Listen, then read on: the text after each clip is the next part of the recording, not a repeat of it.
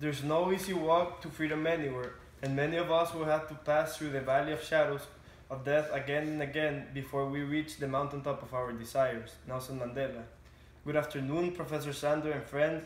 My name is Juan Chusi, and today I will talk to you about Nelson Mandela's journey to the Nobel Peace Prize. The quote I just stated was in relation to how he had to endure various tragedies before he could achieve not only becoming the first democratic president in South Africa, but also winning the prestigious Nobel Peace Prize.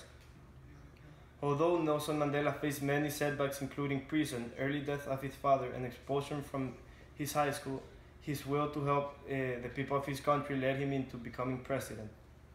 At the early age of 12, Nelson lost his father to tuberculosis. Most young boys see their father as a role model, which leads me to trying to understand what he must have felt when he got the news of such a tragedy. He was spoken for by his rich relatives, but that does not take the shock of losing his father. I like to compare Nelson to my dad, given that my grandfather from my father's side died when my father was 15 years old.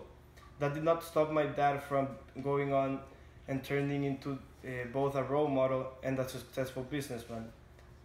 Nelson did go through this tragedy, but that did not stop him from accomplishing his goals. Since he was in high school, Nelson started showing off his leadership. He decided to lead a strike against his school because of certain rules that they had imposed which favored white people over people of color. This strike led into him being expelled. From this moment, people started to notice his willingness to sacrifice himself for the good of the many. Not only he was a political activist at his high school, but also after being expelled, he managed to graduate from both high school and college. This shows how fighting for something you think worth of might lead to obstacles on the road, but in the end, the intention is what matters.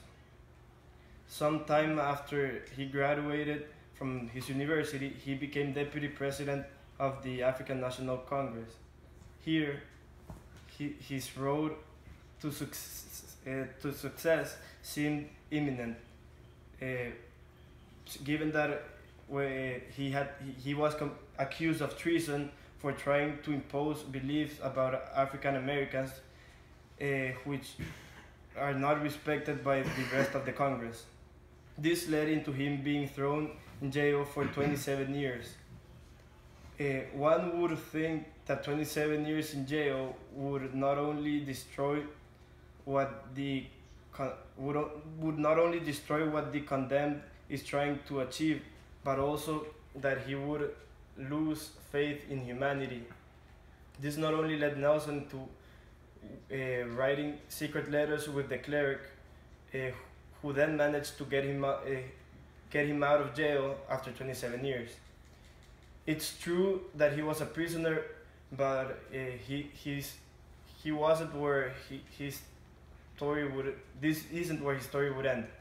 After getting out of jail, he continued to be not only the most loved president of South Africa, but also an icon who represented the first democratic black president of his country.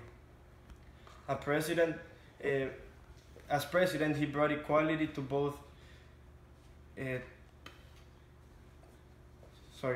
As president, he brought equality to both white and blacks. For him, his father dying made him want to make him proud. His expulsion from high school was just a small price he had to pay into fighting for his beliefs. His time in jail only turned him into an icon of South Africa.